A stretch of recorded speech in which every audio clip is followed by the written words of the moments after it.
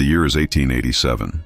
You are 900 miles from the nearest coastline, in the middle of the North Atlantic, on a moonless night. The ocean is flat, no wind, no swell, just black water stretching in every direction like a mirror that forgot what it was supposed to reflect. Then your lookout rings the bell. White wall ahead. You climb to the quarterdeck expecting fog, normal fog, the kind you've sailed through 100 times. But this isn't fog. Stretching from horizon to horizon is a wall. Perfectly uniform, perfectly vertical, perfectly white. Rising up into the darkness as though someone had taken an eraser and simply rubbed out the world ahead of you. You've been at sea for 30 years. You've survived storms that swallowed ships twice your size. You are not a man who frightens easily. But your hand is shaking when you open the logbook. You write one sentence. Maintain course. And then you sail into it. What happened next would end Captain Jonathan Ashcroft's career, vanish from official records, and resurface only in whispered fragments for the next 130 years. This is the investigation into the most bizarre maritime voyage of the 19th century, and the mystery that no single explanation has ever been able to fully erase. To understand why this story refuses to die, you first have to understand the world in which it supposedly happened. The late 1880s were a golden age of navigational confidence. Steamships were revolutionizing commercial shipping. Chronometers were accurate to within seconds per day. Charts of the Atlantic were the most precise they had ever been. The British Empire's maritime administration was the most powerful in the world. The ocean, in other words, was considered known, measured, tamed. That's the official version. Among sailors, the men who actually lived on the water, a completely different tradition survived quietly underneath all that confidence. There were places the charts didn't describe properly, stretches of sea where compasses wandered without explanation, fog banks that formed without weather to create them, sounds that had no source, entire vessels that reported hearing bells where no other ship could be found. Most captains dismissed these stories in public. In private, in taverns, in letters home, in conversations with men they trusted. Many admitted there were coordinates they avoided without being able to fully explain why. And across these scattered private accounts, certain descriptions reappeared so consistently that researchers who later studied them began to notice a pattern. A straight-edged formation unlike ordinary weather, complete unnatural silence, instruments that stopped making sense. A sensation, described differently by different witnesses but always present, that the rules governing normal space had been quietly suspended. Sailors called it different things depending on their nationality and decade. The white boundary, the silent veil, the edge fog, the line. Captain Jonathan Ashcroft's voyage became the most famous because, unlike the anonymous rumors whispered over dockside rum, pieces of his journey could actually be traced through historical documentation. Let's start with what we can confirm. The merchant brig Eleanor Grace departed Liverpool on August 27, 1887, bound for Halifax with a cargo of industrial machinery, textiles, and mail. Her captain, Jonathan Ashcroft, 56 years old, 30 years of Atlantic crossings, 0 major incidents on his record. Insurance documents confirm the cargo. Harbor logs confirm the departure. Multiple weather reports from nearby vessels describe favorable conditions throughout the first half of the crossing. Everything was routine. Then the timeline fractures. Several expected position reports were never filed. A scheduled signal exchange with another merchant vessel failed to occur. The Eleanor Grace arrived in Halifax nearly 4 days behind her estimated schedule, despite the fact that no severe weather had been reported anywhere near her projected route. 4 days. Calm seas, no explanation. Now, shipping delays happened. Chronometers failed, currents shifted, winds died. 4 days late in the Victorian Atlantic wasn't automatically suspicious, except for one thing: the crew.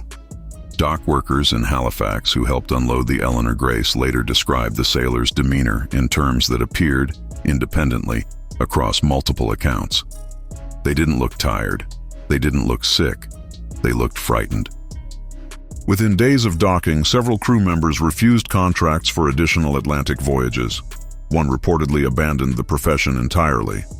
Captain Ashcroft himself granted no interviews, submitted a Voyage report describing only temporary navigational uncertainty, and, most strangely for a man defined by meticulous documentation, filed nothing else. For a captain of his reputation, that silence was the loudest thing he ever said.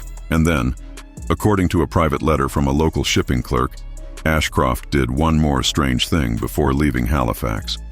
He requested access to Admiralty charts covering portions of the North Atlantic far outside his assigned route. Why? What coordinates was he trying to find? What was he comparing against what he had seen? No answer was ever recorded. If Ashcroft refused to speak, his first mate did not entirely maintain the same silence. William Mercer left the Eleanor Grace shortly after returning to port. Several months later, a letter allegedly written in his hand began circulating among maritime collectors, a document that historians still debate but cannot fully dismiss, because it contains operational details of the voyage that would have been extremely difficult for an outsider to fabricate. What Mercer described begins at 3:17 in the morning on September 14, 1887. The lookout's bell, the white wall ahead, Ashcroft's order to maintain course, and then the crossing. Mercer describes the moment of entry as almost anticlimactic.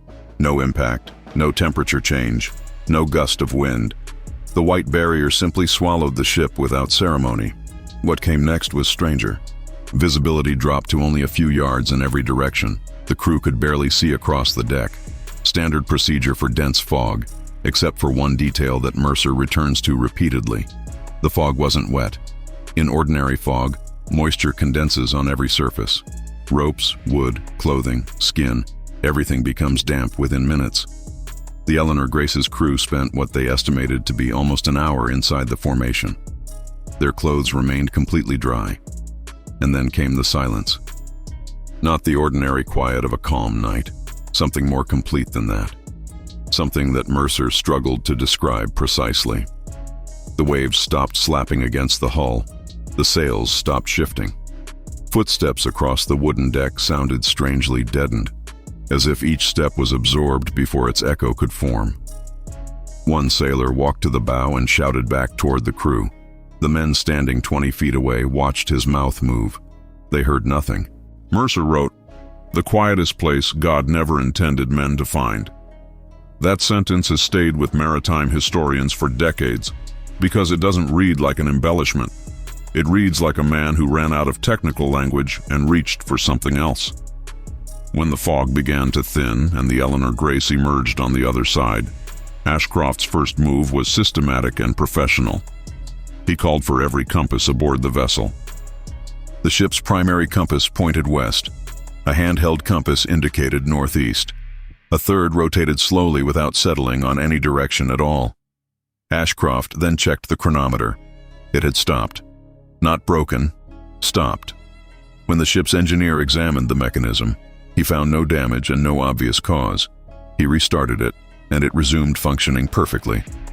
The captain performed his celestial calculations, and then performed them again. And again. According to Mercer, he did this 4 separate times before putting down the sextant and saying nothing. Each calculation produced a different position. None of them matched where the Eleanor Grace should have been. What the crew found on the other side of the white wall is the part of the story that every rational explanation struggles hardest with.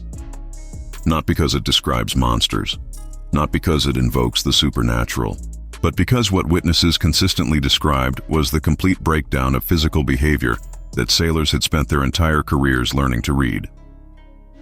The North Atlantic is never completely still. Even during periods of flat calm, the ocean carries deep rolling swells. Energy transferred from storms hundreds or thousands of miles away, long invisible waves that lift and lower a vessel in a slow, constant rhythm. Beyond the white wall, this had stopped. Multiple accounts, independent of one another, use the same image. Polished black glass, not frozen, not covered, simply motionless in a way that open ocean is not supposed to be motionless. Ashcroft ordered a weighted sounding line thrown over the side. The rope descended straight down, perfectly vertical, without the gentle sideways drift that even minimal current creates. When it was retrieved, Several crew members insisted the lead weight felt warm. Unusually warm, not hot, not burning, just warmer than ocean water at that depth and latitude should have been. No one offered an explanation. No one recorded one.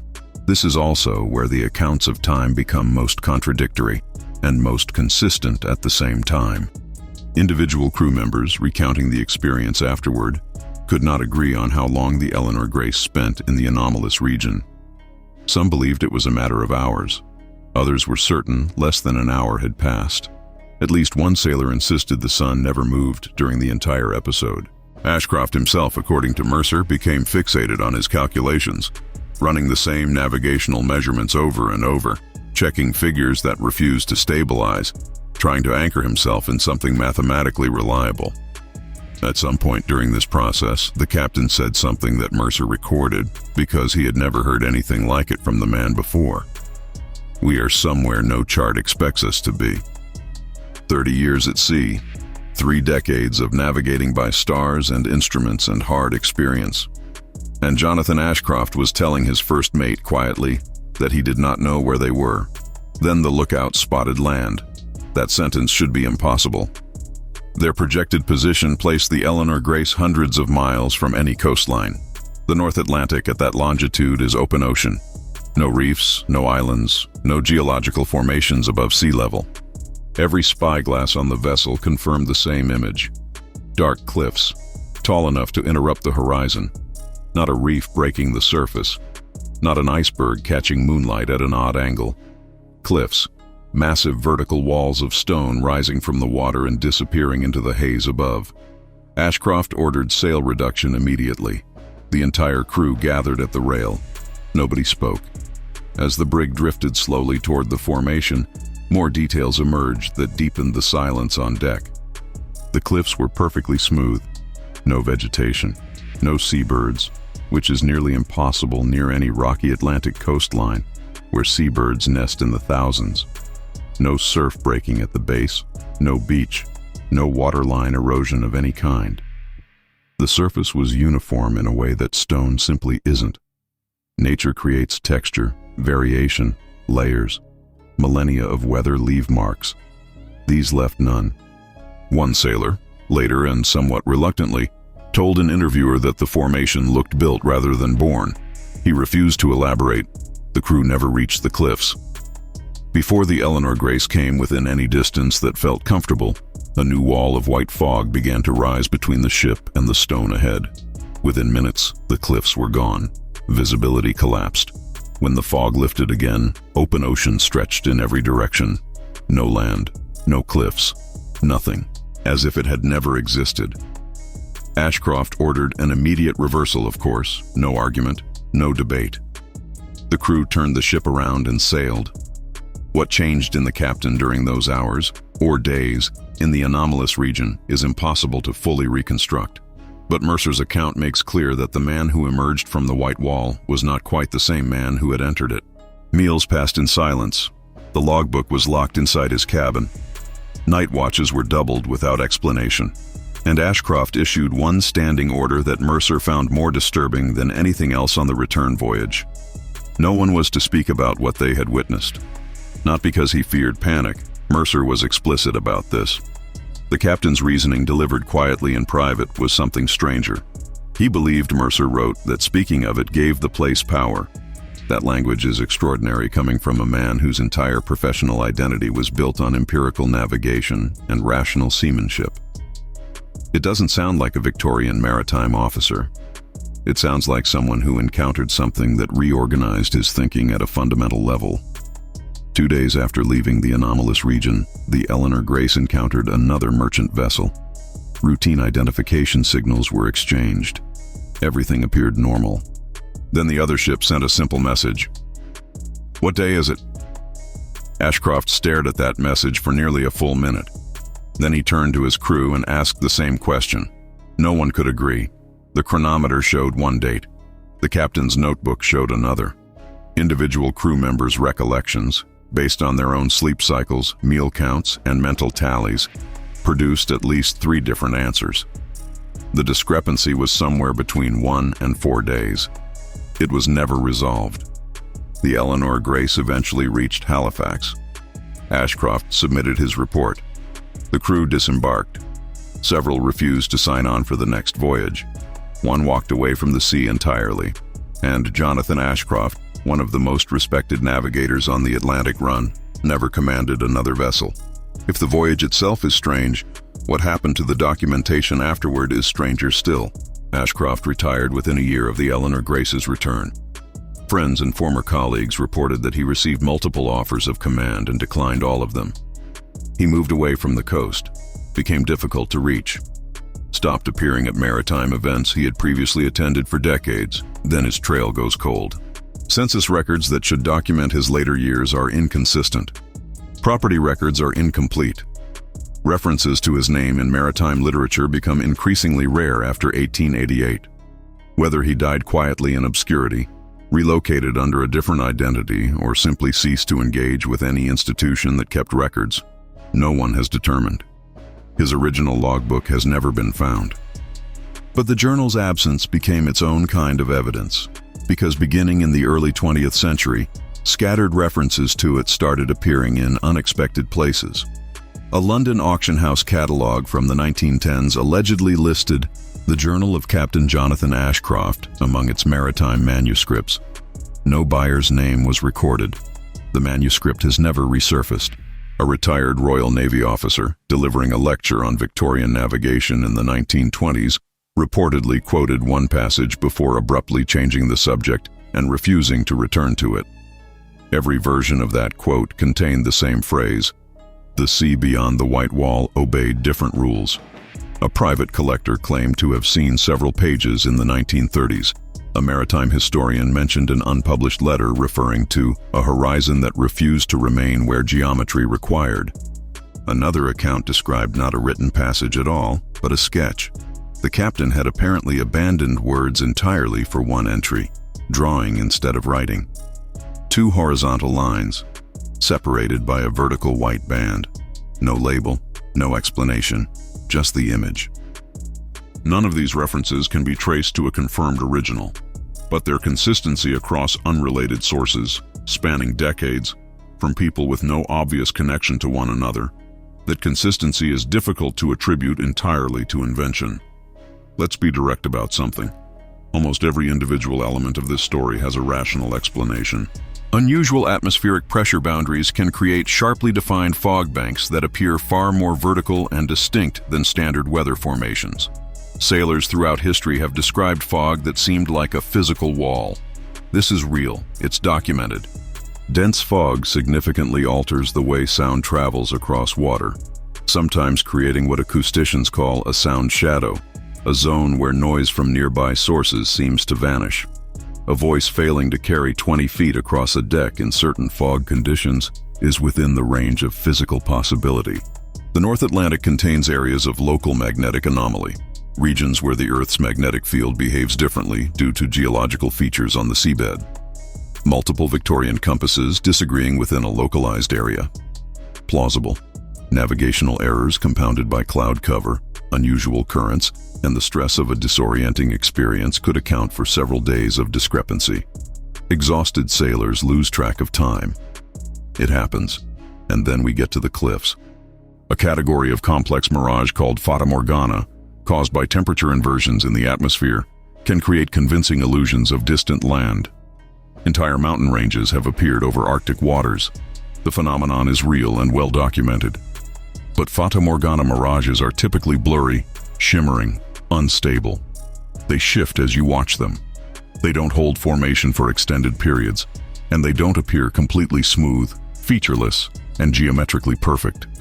More importantly, fata morgana doesn't explain the dry fog, the silent zone, the compass disagreement, the stopped chronometer, and the missing days all occurring simultaneously in the same location.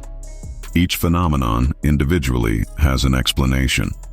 The problem is that nothing in nature reliably produces all of them together, in sequence, with the consistency described across multiple independent accounts spanning decades. That's the gap that rational analysis cannot quite close. And the Eleanor Grace was not alone. Buried in memoirs, regional newspapers, private correspondence, and harbor master logs from the 1850s through the 1910s are scattered references, brief, often embarrassed-sounding, frequently dismissed, to unusually straight fog formations disconnected from surrounding weather. Complete silence in open water. Instruments behaving erratically in localized zones before recovering completely once a vessel changed course. Each report, standing alone, is easy to dismiss. Together, they describe a pattern, and patterns are exactly where unexplained phenomena either find their explanation or don't. Historians who have examined this case generally place it in the category of maritime folklore. Real voyage, embellished account, legend that accumulated details over generations. That's a reasonable position. It may well be the correct one. But there's something worth examining in how the legend grew. Specifically, what gets added in retellings and what stays consistent. Stories that are pure invention tend to add monsters, drama, supernatural visitation. The more a legend is embellished, the more theatrical it becomes. The Ashcroft story does something different. Across every version, across every account separated by decades and geography, the emphasis stays on the same thing. Not what appeared in the water, not what descended from the sky. The failure of measurement, compasses that disagreed, clocks that stopped, stars that produced inconsistent positions, a sense of distance that no longer behaved according to expectation. For a 19th-century maritime audience, that is a far more terrifying story than sea monsters. A sea captain's entire professional identity rested on the reliability of his instruments and the consistency of physical law. The ocean was dangerous, but it was measurable. You could calculate your way through it. What the Eleanor Grace allegedly encountered was an environment where calculation had stopped working. That's not a ghost story. That's a story about the edges of human knowledge, about what exists at the boundary of what our systems of measurement were built to handle. Whether it happened exactly as described, happened in some diminished but real form, or was constructed entirely from the shared anxieties of Victorian maritime culture. The story persists because it names something real. The suspicion that measurement has edges, that maps have limits, that somewhere beyond what instruments can confirm, something exists that instruments were never designed to find. Jonathan Ashcroft has never been definitively proven to have existed exactly as described. The Eleanor Grace has never been confirmed in surviving harbor records with absolute certainty. William Mercer's letter has never been authenticated. And yet, the story won't stay dead. It resurfaces in archives. It appears in footnotes. Researchers who dismiss it find themselves returning to it. The phrase, "the sea beyond the white wall obeyed different rules," shows up across unrelated sources in a way that cold invention rarely manages. So what did Captain Ashcroft actually see? A rare convergence of atmospheric phenomena that his instruments and experience couldn't process. A perfect storm of sensory and navigational overload that his mind organized into the most coherent narrative available to him. A genuine anomaly in the ocean's behavior. A localized disruption in the physical environment that real vessels occasionally stumbled into and rarely discussed publicly.